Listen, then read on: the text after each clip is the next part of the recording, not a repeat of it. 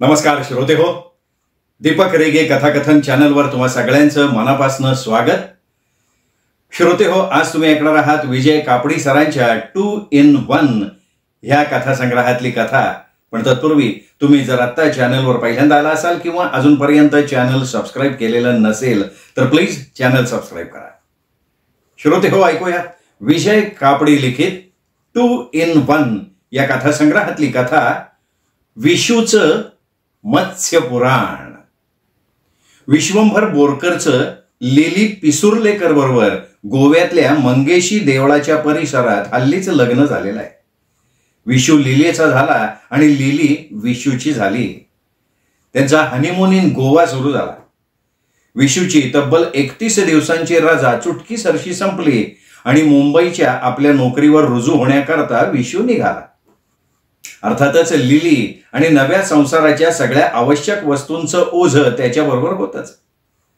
मुंबईतल्या मुलुंड उपनगरात railway station पासून तब्बल 25 मिनिटांच्या वॉकेबल अंतरावर असलेल्या 1 रूम किचन, कार्पेट एरिया 490 चौरस फूट या ब्लॉकमध्ये त्याने आपला संसार थाटला.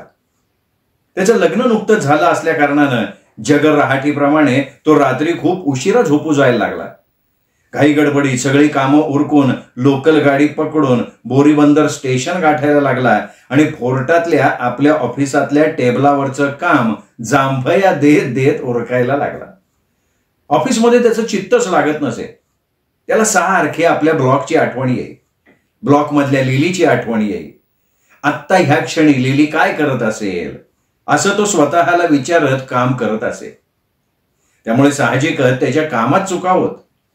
पण त्याचे बॉस गजाननराव पिसे समजूतदार होते, स्वभावानं दिलदार होते.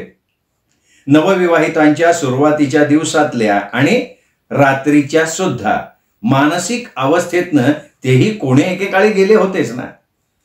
त्यामुळे आत्ता हवेत तरंगणाऱ्या विशूचे पाय थोड्या दिवसात जमिनीला टेकतील आणि मग तो आपल्या ऑफिसचं काम सुरळीत पार पाडू लागेल या खात्रीनं ते विशूला सांभाळून घेतात.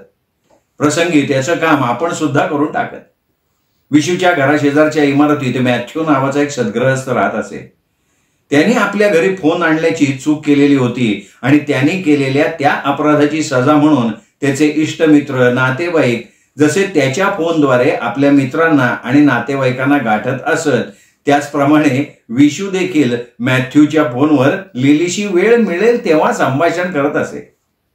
घरातला वेळ उगाच संभाषणात वाया घालता कामा नये म्हणून जे काय बोलायचं असेल ते विशू ऑफिसच्या वेळात मॅथ्यूच्या फोनद्वारे लिलीशी बोलून घेत असे. लिलीला देखील विशूशी बोलण्याची हुक्की येई त्यावेळी ती स्वतः मॅथ्यूच्या घरी जाऊन विशूशी फोनमधनं संपर्क साधत असे आणि मग त्या दोघांच्या नॉन स्टॉप गप्पा चालू होत असत. थोडक्यात नवविवाहित जोडपी लग्नानंतरच्या सुरुवातीच्या काही दिवसात जशी आनंदात असतात, मजेत असतात, तशी लिली आणि विशू ही जोडी मजेत होती. त्या दिवशी दुपारी ठीक वाजता विशूच्या ऑफिसमधला एक फोन वाजला. विशूनं फोन उचलला आणि आतुरतेनं विचारलं, कोण? लिली का ग?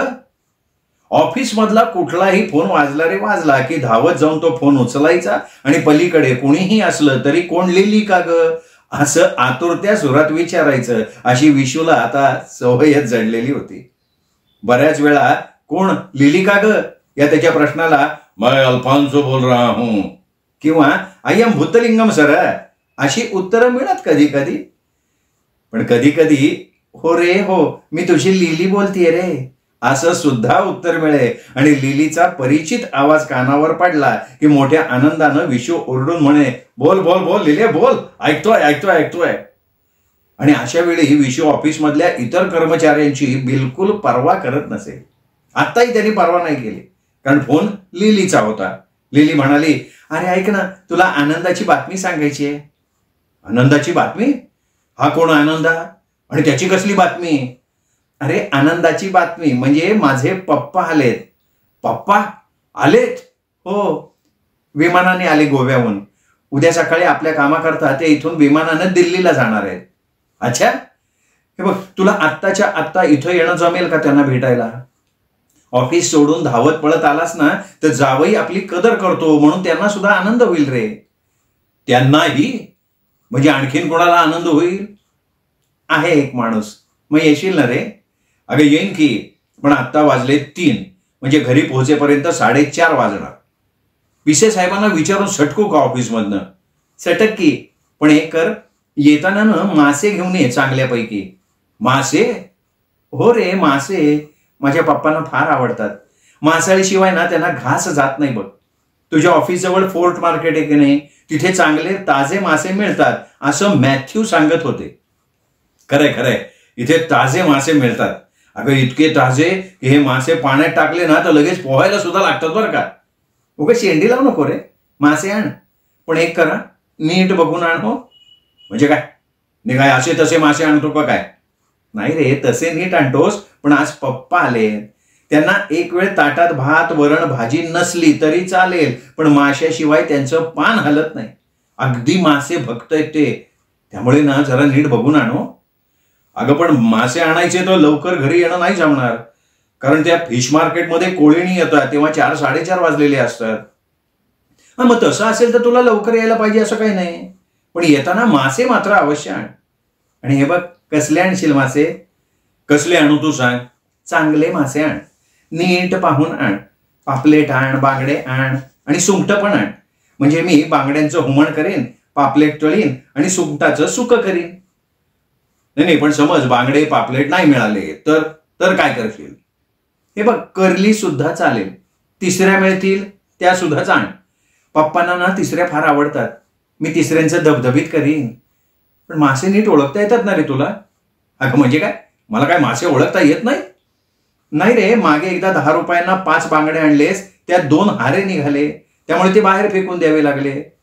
पापलेट सफेद आण, काळं नको. आणि सुंगट मोठी आण, बारकी बारकी नको, साफ करायला त्रास होतो रे. तिसऱ्या आण, पण खुबे नकोत. हा, समजलं ग बाई, समजलं. आणि मासे आणून झाले की लगेच मला फोन कर, म्हणजे नेमके कुठले मासे तू आणलेस हे मला कळेल आणि मग मी त्यानुसार मसाला वाटायला घेईन. आम्ही आता असं करतो, 4 वाजले ना की फिश मार्केटमध्ये जातो, एक फेरी मारून येतो, कसली मासळी आली आहे ते बघतो, तिथूनच तुला फोन करतो आणि मग तू सांगशील त्यानुसार मासळी आणतो. चालेल का? चालेल की चालेल, अगदी मनकवडा आहेस. स्वीक. लिलीनं तोंडाचा चंबू भरून विशूला आवडणारा आवाज फोनवरनं त्याच्या कानात पोहोचता केला. मग माझं पण चुईक, विशू हळूच म्हणाला. करतो तुला फोन बरं का थोड्या वेळात. त्यानुसार ठीक 4:30ला विशूनं फोन केला. त्याआधी अर्थातच टेबलावरचं काम सोडून तो मासळी बाजारात एक चक्कर मारून आला. लिलीनं सांगितल्याप्रमाणे बांगडे पापलेट आणि सुंगट दिसताच त्याला खूप आनंद झाला. त्यांनी मासे घेतले, 62 रुपये कोळीणीच्या हातावर टेकवले. 62 रुपयांची बोहणी झालेली बघून ती कोळीणी सुद्धा आनंदली. तिने विशूकडनं मासे परत घेतले.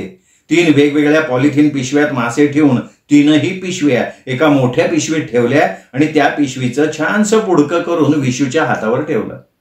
ते पुडकं घेऊन विशू निघाला. आपल्या टेबलाशी येऊन त्याने मॅथ्यूच्या घरचा फोन नंबर फिरवला. लिलीला बोलवून घेतलं. आपण कुठल्या प्रकारचे मासे आणले त्याची तिला माहिती दिली.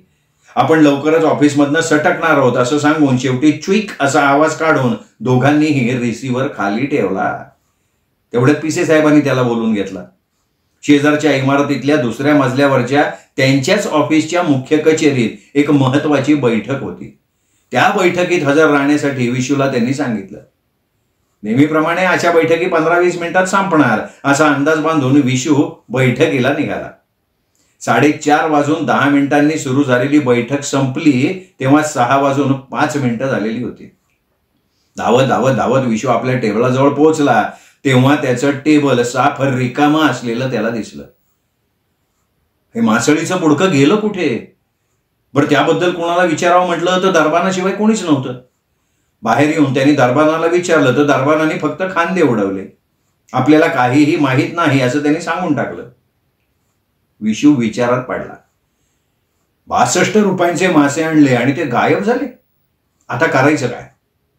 आणखीन थोडा वेळ विचार केल्यावर अधिक विचार करून वेळ घालवण्यापेक्षा मासळी बाजारात जाऊन पुन्हा नव्यानं मासे विकत घ्यायचे आणि लोकल गाडी पकडून मुलुंड गाठायचं असं ठरवून विशू निघाला.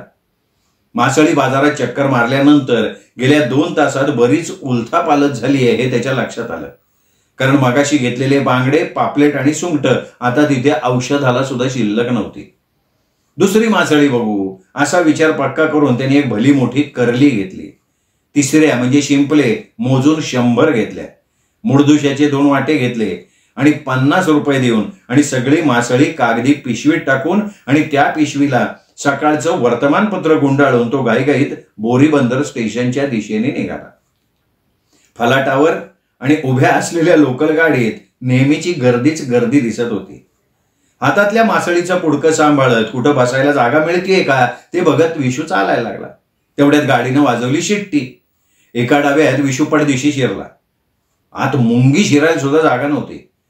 पण विशू नेहमीच्या सफाईनं वाट कापत कापत कापत पुढे गेला. वरच्या रॅकवर त्यांनी मासळीचं पुडकं ठेवलं आणि तो मधल्या गँगवे मध्ये उभा राहिला. बाजूला पत्त्याचा डाव रंगत आला होता.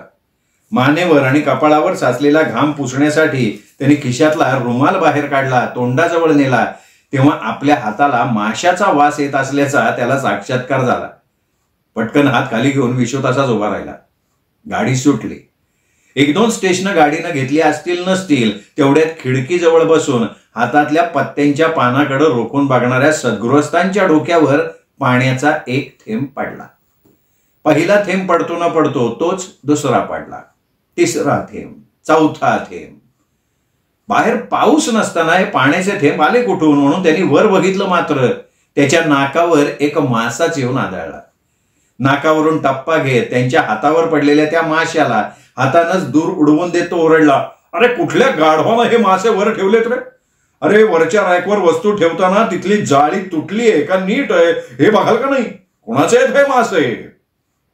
घरा घरा घरा डोळे फिरवत रागा रागानं तो सभोवताली बघायला लागला. विशूच्या हृदयाचा ठोकाच चुकला आणि नेमक्या त्याच क्षणी टपकन आणखीन एक मासा वरनं खाली पडला. आता मात्र तो सद्गृहस्थ चिडला. हातातले पत्ते फेकून देत तो उभा राहिला. वरचं पुडकं बाजूला करण्यासाठी त्याने जाळीतनं बोट घातलं आणि पिशवीला मोठं भोक पाडलं आणि भोकातनं त्या तिसऱ्या म्हणजे शिंपले खाली पडायला लागले. जणू काही तिसऱ्यांचा पाऊसच पडायला लागला. डब्याच्या आसमंतात मासळी बाजारात येतो तसा विशिष्ट वास पसरला. सगळ्यांनी नाकाला रुमाल लावला. अरे कोणी आणले ते सडके मासे? जो तो विचारायला लागला. मूर्ख माणूस आहे, बडवला पाहिजे साल्याला. एक जण शर्टाची बाई सरसावत म्हणाला, अरे कोण आहे कोण आहे? कोणाचे आहेत हे मासे? मासे कोणाचे आहेत हे? आता मात्र विशू घाबरला.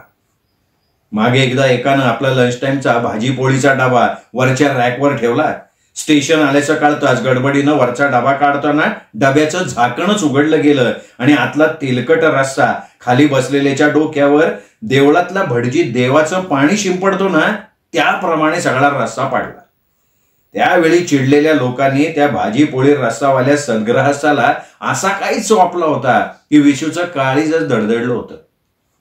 आपल्यावर सुद्धा असाच प्रसंग कोसळू पाहतोय या आगामी संकटाची जाणीव विशूला झाली. आता या पेच प्रसंगातनं सुटण्याचा मार्ग एकच, 50 रुपये मोजून आणलेल्या मासळीवर पाणी सोडणं. तेवढ्यात एक जण म्हणाला, व्यवस्थित न बांधता असे मासे घेऊन जाणारा कोण आहे हा मूर्ख? अरे मासे आणून सगळी घाण करतो, गप्प बसून राहतो, परत माझे मासे आहेत म्हणून सांगायला पुढे येत नाही. शोधून काढला पाहिजे साल्याला. अरे आम्हाला काय वेळा बनवतो का काय? दुसऱ्या एकानं आपल्या जवळच्या भाषा सौंदर्याची चुणूक दाखवली. अरे मासे आणतो सासूदा सारखा ग बसतो आरामखोर. आणखीन एक जण ओरडला, शोधून काढा साल्याला. कुणीतरी गरजोरी ओढले. आता हे मासे मी आणलेत हे कबूल करणं म्हणजे आ बैल मुझे मार अशातला प्रकार व्हायचा असा विचार करून आपण त्या गावचेच नाही हे दाखवण्याकरता विशूनं आपल्या शेजारच्याच माणसाला म्हटलं, पुन्हा गाढवाचे मासे येतोय? त्याच्या डोक्यात शेण भरलेलं दिसतंय, शेण. पण एव्हाना सगळे एकमेकांच्याकडे संशयानं बघायला लागले होते. आता तिथून काढता पाय घ्यायची वेळ जवळ येऊन ठेपल्याचं विशूच्या लक्षात आलं. तेवढ्यात स्टेशन आलं. 4-2 माणसं उठली, दरवाजाच्या दिशेनं निघाली.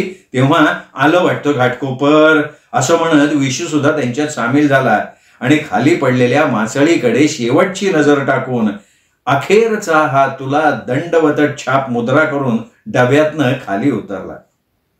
गाडी हल्ली निघून गेली. मासे घेऊन दूर जाणाऱ्या लोकल गाडीकडे बघत विशू उभा राहिला. 10-1 मिनिटात दुसरी गाडी आली. विशू डब्यात शिरला. मग त्याचा मुलुंडच्या दिशेनं पुढचा प्रवास सुरू झाला. दरम्यान मुलुंड स्टेशन आलं. विशू उतरला. मुलुंड स्टेशन जवळच्या फिश मार्केटमध्ये गेला, पण तिथे सगळं सामसुमा.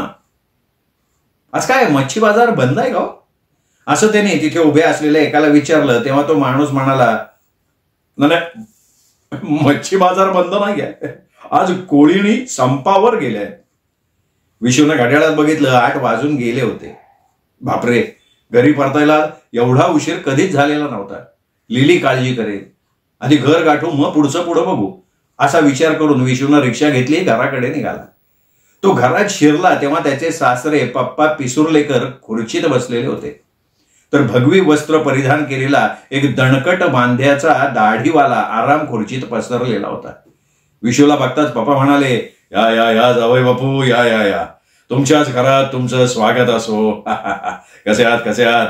आणि हे काय, लिली कुठं आहे? लिली कुठे म्हणजे काय? आत नाहीये कधी? नाही ना, तुम्हाला उशीर झाला म्हणून स्टेशनवर जाऊन बघून येते असं सांगून गेली ती मागाशी. अरे मग आमची चुकामुक झाली असेल. हो, तुमची नक्की चुकामुक झाली असणार. येईल एवढ्यात येईल ती, दाढीवाला म्हणाला मध्येच. तुमची ओळख करून देतो. पप्पा विशूला म्हणाले, हे प्रसाद स्वामीजी खानापूरला असतात मठामध्ये. तुमच्या मुलुंडमधल्या पाचले गावकरांच्या मठात आले होते. मगाशी पाय मोकळं करण्याकरता बाहेर पडलो तर ते रस्त्यात मला दिसले. मग आलो घेऊन त्यांना इथे. आणि तेवढ्यात लिली आली. विशूकडे बघत म्हणाली, अहो केवढा उशीर. स्वयंपाक घरात जाऊन दाराशी उभी राहत लिली विशूकडे बघत म्हणाली, ऐका ना, जरा आत येता का? मला शोधायला कशाला गेली तू स्टेशनवर? विशूनं तिला विचारलं. तेवढ्यात लिली हलक्या आवाजात म्हणाली, अरे तुला मी मासे आणायला सांगितलं होतं ना, ते घरात आणून नकोस असं सांगायला आले होते. वाटलं वाटेत भेटशील तू. मासे घरात आणायला नकोत? का बरं का? अरे पप्पा स्वामीजींना घेऊन आले ना. स्वामीजी फराळाला थांबणार आहेत, त्यामुळे मी मूळ बेत रद्द करून टाकला. स्वामीजी घरात बसलेत आणि तू माशाची पिशवी घेऊन येतोयस. बरं दिसलं नसतं ना रे ते. बरं असू दे, मासे कुठे ठेवले? अगं असं जर असेल ना तर जे घडलं ते चांगल्यासाठी असं म्हणावं लागेल बरं का. कारण मासे अगं मी 2दा आणले, चांगले 100च्या वर रुपये खर्च झाले. पण ह्या क्षणी मासे कुठे आहेत असं मला विचारशील तर ते मासे नेमके कुठे आहेत हे मला नाही सांगता येणार. अगं 100 रुपयांचे मासे आणलेस? आहे कुठे मग ते? अगं तेच तर सांगतोय तुला. हे बघ, पण सविस्तर नंतर सांगेन तुला. या क्षणी मी मासे घरात आणलेले नको होतोय ना, ते आपसूक जमून आलंय असं समज. त्यानंतर जेवणाचा कार्यक्रम झाला. जेवण संपूर्ण शाकाहारी असल्यामुळे स्वामीजी सोडले तर इतर मंडळी यथातथा जेवले. पप्पा तर काय अगदी नावापुरते जेवत होते. जेवण संपल्यानंतर गप्पा गोष्टी झाल्या. स्वामीजी निघाले. नवदाम्पत्याला आशीर्वाद देऊन निघूनही गेले. त्यांना पोचवून पप्पा परत आले. लिलीकडे बघत म्हणाले, काय ग, आता पुन्हा जेवायला बसूयात ना आपण? पुन्हा अय्या? अगं जावई बापूंनी उत्कृष्ट मासे आणलेत म्हणाली होतीस ना तू. उत्सुकतेनं पप्पा विचारायला लागले आणि पुढे म्हणाले, आहेत कुठे ते मासे? करते हा तयारी, असं म्हणत लिली स्वयंपाकघरात पळाली. विशूला बोलवून घेऊन हलक्या आवाजात म्हणाली, आता काय करायचं रे? त्यांच्यासाठी मासे आणलेत, ते कुठे आहेत? मासे? अरे 100 रुपयाचे मासे आणले असं म्हणालास ना मागाशी. अगं ते आणले होते पण ते हरवले ग. हरवले? मासे हरवले? मग आता रे? आणि लिलीच्या डोळ्यात एकदम पाणीच जमा झालं. ती म्हणाली, अरे पप्पा, तुझा माझा नवीन संसार बघायला आलेत रे. उद्या सकाळी ते जाणार दिल्लीला. त्यांना आपल्याकडे जेवण नीट मिळू नये. फार वाईट वाटतंय रे मला. बरं मग आता काय करायचं म्हणतीयस? हॉटेलात काही मिळतोय का ते बघून येऊ का? नको रे, हॉटेलातली मासळी ती कसली मासळी? शी, त्यांना ते अजिबात आवडत नाही. तू असं का करत नाहीस? काय करू सांग? आपल्या मुलुंडला एक तळ आहे ना, तळ आहे रे. तिथे मासे पकडायला कोणी ना कोणी बसलेला असेल. त्याला तो मागेल तितके पैसे दे, पण मासे घेऊन ये. कुठल्याही प्रकारचे चालतील. अगं आता यावेळी? अगं रात्रीचे 11 वाजायला आलेत ग. गोव्यात आम्ही फार उशिरात जेवतो. उशीर झाले तर तेवढं काय नाही रे, तू जरा जाऊन येशील का? विशूना आवंडा गिळला. लग्नानंतर अगदी पहिल्यांदा त्याला लिलीचा प्रचंड राग आला. लिलीच्या पप्पांचाही राग आला. काय मासे खाऊ सासराय? एक दिवस मासे न खाता जेवला तर काय हा आपल्या मनातला शेवटचा शब्द त्याने काही तोंडावर येऊ दिला नाही. अंगात कपडे चढवले, तो निघाला. मुलुंडला मुळात तळय का नाही येथपासून त्याला शंका होती. समजा एक वेळ तळं असलं तर तिथे मासे पकडणारा यावेळी कोणी असेल का? समजा असला तर त्याला मासे मिळाले असतील का? या अवेळी सासऱ्याला खायला घालायला मासे आणायचे कुठनं?